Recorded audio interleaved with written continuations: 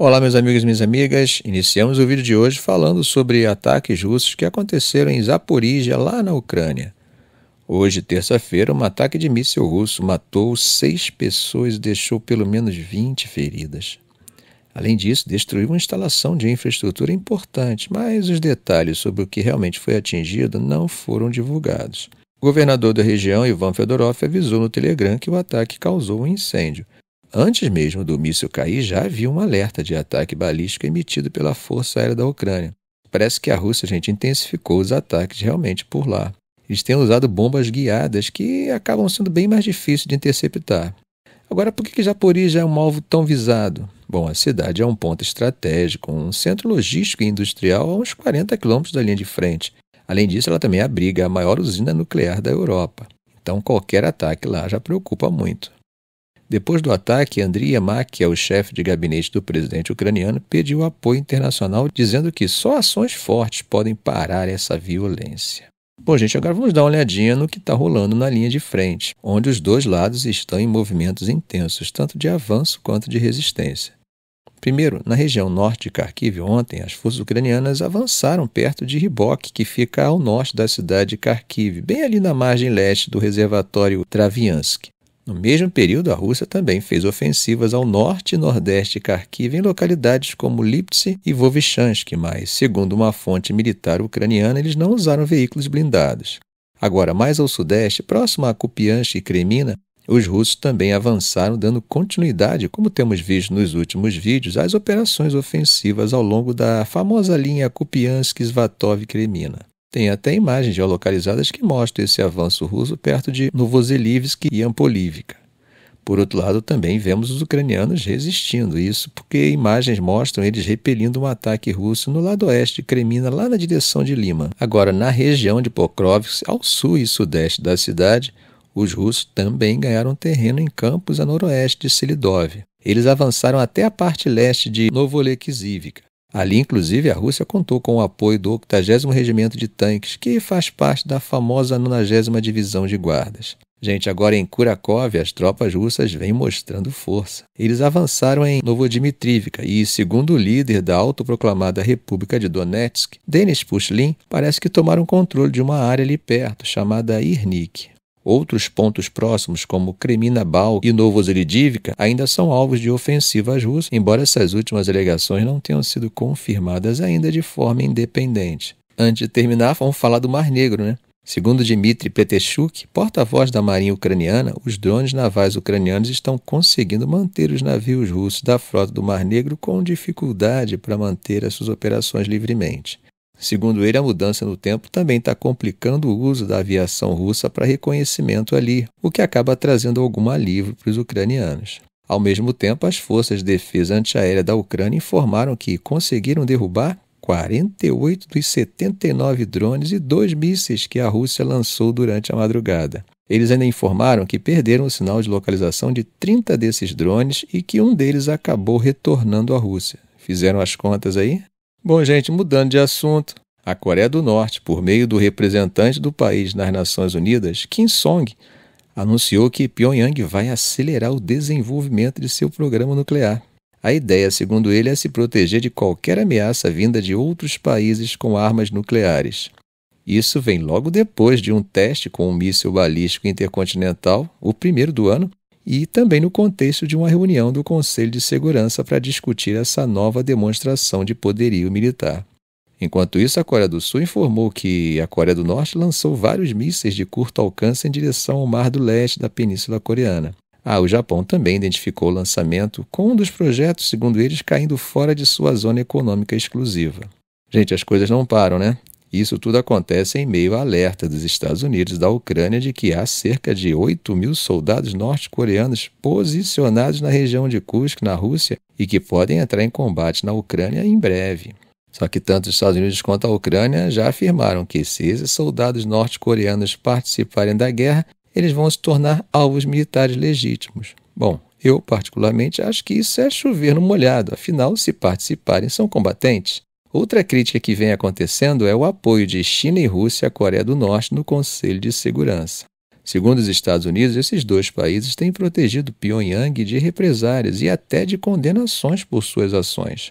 Recentemente, Putin se encontrou de surpresa com Choi Son-hui, que é o ministro das Relações Exteriores da Coreia do Norte. Esse encontro, que aconteceu no Kremlin durante o feriado de Dia da Unidade Nacional na Rússia, pode estar relacionado com os rumores sobre a mobilização de soldados norte-coreanos na Rússia. Enquanto isso, Estados Unidos e Coreia do Sul fecharam um acordo para cooperar em energia nuclear civil. A intenção, segundo eles, é tanto combater a crise climática quanto fortalecer a segurança de cadeias de suprimentos.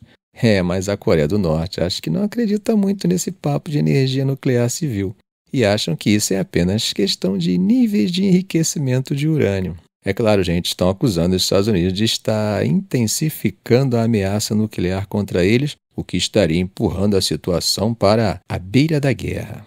Bom, meus amigos, não se fala em outra coisa, né? Como vocês sabem, hoje está rolando as eleições mais aguardadas do mundo.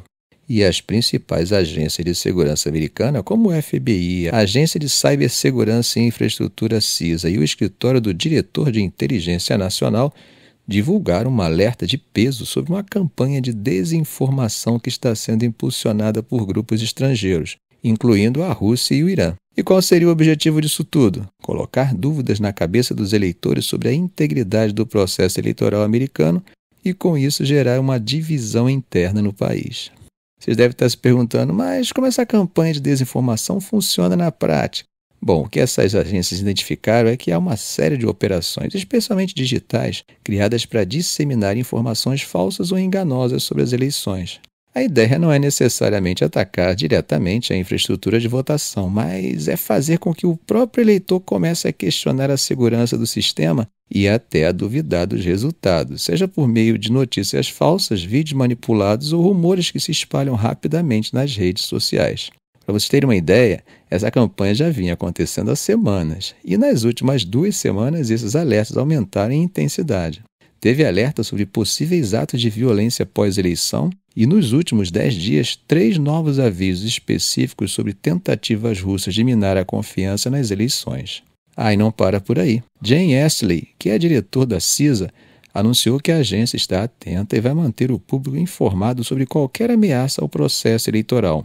Inclusive, eles ativaram um centro de operações especial que está monitorando qualquer movimentação estranha ou tentativa de interferência, seja nas urnas, seja nos sistemas de votação online. Agora, um ponto importante que as autoridades americanas fizeram questão de destacar é que, apesar de todos esses ataques e ameaças, até agora não há nenhuma evidência concreta de que essas atividades possam, de fato, alterar o resultado final da eleição. Ou seja, o sistema de votação americano, que é muito descentralizado e possui várias camadas de segurança, continua funcionando como uma barreira contra essas interferências externas. Mas isso não quer dizer que não há um impacto psicológico, que é justamente o que esses grupos estrangeiros estão buscando. O caso mais recente dessa campanha de desinformação foi a circulação de um vídeo falso que parecia ter sido feito pela CBS News e pela CNN, com o objetivo de gerar pânico e fazer o público acreditar que os resultados estavam sendo manipulados. Essas emissoras rapidamente desmentiram a veracidade do vídeo, mas pensem comigo, quantas pessoas viram esse conteúdo antes dele ser desmentido? E mais, quantas acreditaram naquilo? É uma questão complexa e que coloca em xeque a confiança das pessoas em fontes que, teoricamente, são confiáveis. Outro detalhe importante, segundo as autoridades, o Irã também está envolvido nessa campanha de influência, tentando comprometer informações de algumas campanhas e vazando dados para criar desconfiança. Mas a maior preocupação continua sendo a Rússia, que é vista pelas agências americanas como a ameaça mais ativa e mais organizada nessa estratégia de desinformação. E por que isso é tão sério? Porque mesmo que esses ataques não tenham poder para mudar a contagem dos votos, eles podem criar uma percepção entre os eleitores de que o sistema não é confiável. E quando a confiança no processo eleitoral começa a ser abalada, a própria democracia fica em risco. O que as agências estão tentando fazer é manter a transparência e a confiança do público, divulgando essas informações de forma rápida e clara. Para concluir, Jane Astley ressaltou que estamos em um ciclo eleitoral com um nível de desinformação sem precedentes. É um fenômeno que cresce ano após ano e agora, com as ferramentas digitais à disposição, esses ataques estão mais sofisticados e com um alcance muito maior. Para tentar mitigar os impactos, a CISA está acompanhando de perto qualquer movimento que possa comprometer a votação e promete manter o público atualizado em tempo real sobre qualquer tentativa de interferência. Bom, gente, realmente tem muita gente preocupada com o resultado das eleições, mas eu acho que a OTAN e a própria Europa têm motivos de sobra para isso. Estamos falando de um cenário interessante e desafiador para a Europa em termos de defesa e tecnologia militar. Há especialistas nesse tema dizendo que, independentemente de quem vencer, há uma tendência dos Estados Unidos redirecionarem recursos militares para a região da Ásia-Pacífico, com foco na China. Isso significa que a Europa pode ter que cobrir algumas lacunas na sua própria infraestrutura militar. Para entender melhor, o que os Estados Unidos enviam para a Europa? É o que chamam de habilitadores estratégicos, grandes aviões e navios que transportam tropas e material por longas distâncias. A Lockheed Martin, gigante americana de defesa, é um exemplo. Ela fornece caças furtivos F-35 para pelo menos 10 países europeus, com até 500 desses aviões sendo comprados pelo continente. Sem esses equipamentos, a capacidade de defesa e resposta rápida da Europa ficaria mais limitada. Outro ponto é a tecnologia de vigilância, como o Airborne Early Warning Control, que são aviões de radar capazes de detectar ameaças além do horizonte. Esses sistemas conseguem monitorar a aproximação de aeronaves, navios e até mísseis. O problema é que esses equipamentos são importantes para a segurança, e se o apoio dos Estados Unidos diminuir, a Europa vai precisar desenvolver ou adquirir suas próprias versões. Mas como o John Joe Anderson, um analista sênior do Instituto de Estudos de Segurança da União Europeia, coloca, é difícil saber o quanto a Europa precisaria construir ou comprar de cada tipo de armamento. Tudo depende de onde os Estados Unidos vão direcionar esses recursos e de quais tipos de conflitos eles pretendem se preparar. Ele menciona que essas armas seriam necessárias rapidamente, e o que torna esse um desafio para a cooperação em defesa europeia num cenário de menor liderança americana. O ex-funcionário da OTAN, James Shea, destacou outra questão. Os Estados Unidos também têm dificuldade em suprir itens mais básicos, como produtos químicos, explosivos e microprocessadores, isso devido ao aumento da demanda militar em termos de conflito. Esse tipo de problema na cadeia de suprimentos impacta a capacidade europeia de rearmamento. E por falar em rearmamento, esse movimento da Europa não começou agora. A União Europeia vem se preparando para reduzir a dependência dos Estados Unidos nos últimos 10 anos, numa estratégia que Anderson chama de o maior esforço de rearmamento desde os anos 1950. Isso aí inclui investimentos no Fundo Europeu de Defesa com 8 bilhões de euros destinados ao período 2021-2027. Então há uma clara tentativa de reforçar a independência e a autossuficiência militar da Europa. Em resumo, o que temos aqui, gente, é uma possível transição, onde a Europa precisaria fortalecer suas capacidades, tanto em tecnologia quanto em cooperação de defesa. É um cenário interessante para se observar, pois nos leva a refletir sobre os rumos da segurança global e como a Europa vai lidar com a possibilidade de um papel mais autônomo na sua própria defesa. Bom, gente, atravessando o Mediterrâneo, hoje, terça-feira, as forças israelenses deram novas ordens para que as pessoas evacuassem o norte da faixa de Gaza. E também fizeram vários ataques aéreos que, segundo médicos e a própria mídia palestina, já deixaram pelo menos 35 mortos desde a noite de segunda-feira. Um desses ataques aéreos atingiu 2 casas na cidade de Beit Lahiya, lá no norte de Gaza, e infelizmente causou a morte de pelo menos 20 pessoas. Em outras regiões, mais 10 pessoas morreram em ataques separados que aconteceram em Gaza City, Deir al-Balá e al-Zawaida. E ainda tem mais. 5 pessoas perderam a vida em um ataque israelense a uma casa em Jabalia, que fica ao norte de Gaza City. O exército de Israel diz que esses ataques foram feitos para eliminar T... nas áreas de Gaza Central e Jabalia. Além disso, eles disseram que encontraram armas e explosivos no sul, numa região chamada Rafah, onde também afirmaram ter destruído alguns pontos de infraestruturas T... Aí tem mais. Hoje, aviões israelenses lançaram panfletos sobre Beit Lahiya. E aí, quer saber o que esses panfletos diziam?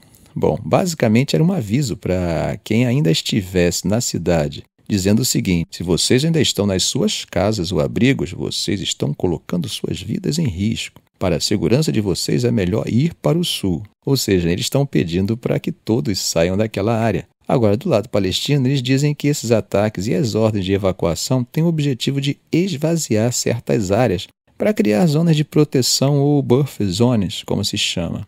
Israel, por outro lado, argumenta que essas evacuações são para manter os civis longe das áreas de conflito, onde as tropas estão enfrentando o Hamas. Segundo o exército israelense, centenas de combatentes palestinos foram mortos ou capturados em Jabalia no último mês. Outro ponto importante, gente. A Organização Mundial da Saúde anunciou que vai começar uma transferência rara de pacientes de Gaza para fora do território. Eles vão evacuar mais de 100 pessoas, incluindo crianças que estão com ferimentos graves e doenças crônicas. Esses pacientes devem sair pela passagem de Kerem Shalom, que fica entre Gaza e Israel, e depois vão para os Emirados Árabes Unidos. Alguns ainda podem ser transferidos para a Romênia. E a situação não para por aí. Na Cisjordânia, que também está sob ocupação israelense, o clima de violência aumentou muito desde o início desse conflito em Gaza. Na terça-feira, 7 palestinos foram mortos durante uma operação militar israelense que envolveu bombardeios aéreos e prisões. Israel afirma que esses ataques miraram grupos armados e que 60 militantes foram presos. Para entender o contexto, gente, a violência na Cisjordânia está quase diária agora, com ações frequentes das forças israelenses, tiroteios e confrontos com militares palestinos. Torçamos pela paz. Ficamos por aqui. Se esse vídeo foi útil a você, faça um comentário, compartilhe em suas redes sociais, dê um like.